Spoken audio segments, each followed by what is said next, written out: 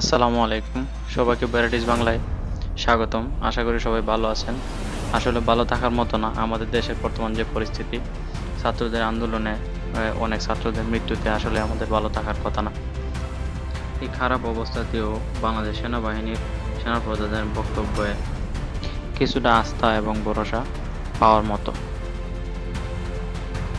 তো ৩রা আগস্ট বাংলাদেশ সেনাবাহিনীর প্রধান জনাব ওয়াকারুজ্জামান বলেছেন, বাংলাদেশের সেনাবাহিনী দেশের জনগণের আস্থা এবং ভালোবাসার প্রতীক।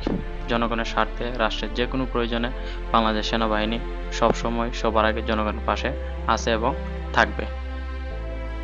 বাংলাদেশ সেনাবাহিনীর হেলমেট অডিটোরিয়ামে নিয়মিত কার্যক্রমের অংশ হিসেবে অফিসার্স অ্যাড্রেস গ্রহণ অনুষ্ঠানে একথা বলেন।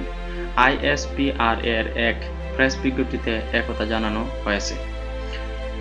এখানে বাংলাদেশ সেনাবাহিনীর সেনাপ্রধান ওয়াকারুজ্জামান সেনাবাহিনী সহ আরও অন্যান্যদের প্রশ্নের উত্তরে তিনি বলেন, বাংলাদেশের এই ক্রান্তি লগ্নে বাংলাদেশ সেনাবাহিনী সর্বদা জনগণের পাশে থাকবে এবং যে কোনো প্রয়োজনে জনগণের স্বার্থে বাংলাদেশ সেনাবাহিনী কাজ করবে বলে তিনি আশ্বাস দিয়েছেন। তিনি আরও বলেন যে বাংলাদেশের এখন ক্রান্তি লগ্নে বাংলাদেশের সেনাবাহিনী সর্বদাই জনগণের দেশ রক্ষায় সর্বদাই কাজ করে যাচ্ছে এবং কাজ করে যাবে। ছাত্রদের পক্ষ নিয়ে তিনি বলেন, ছাত্রদের অশৃঙ্খল এবং ভাঙচুর থেকে বিরত থাকার জন্য আহ্বান জানান। সর্বোপরি আমি মনে করি বাংলাদেশের এখন বর্তমান যে পরিস্থিতি, এই পরিস্থিতিতে বিগত ছাত্রদের কোটা আন্দোলনে যে আবু সাইদ, মুগ্ধ সহ আরও অনেকেই শিশু অনেকেই নিহত হয়েছে। ওনাদের আমরা হয়তো কখনো ফিরে পাবো না।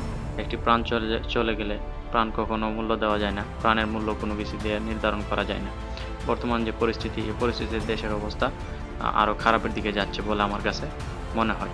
এখন আমাদের সবারই যে বর্তমান যে পরিস্থিতিতে সাবধানে থাকা দরকার এবং আশা করি বর্তমানে বাংলাদেশ সেনাবাহিনীর বাংলাদেশের অবশ্যই আস্থার এবং নির্ভরতার জায়গা, যেন বাংলাদেশ সেনাবাহিনী তাদের এই কথা রক্ষা করে বাংলাদেশ জনগণের স্বার্থের জন্য তারা নির্দ্বিধায় কাজ করে এবং জনগণের পক্ষ নিয়ে তারা যেন কাজ করে।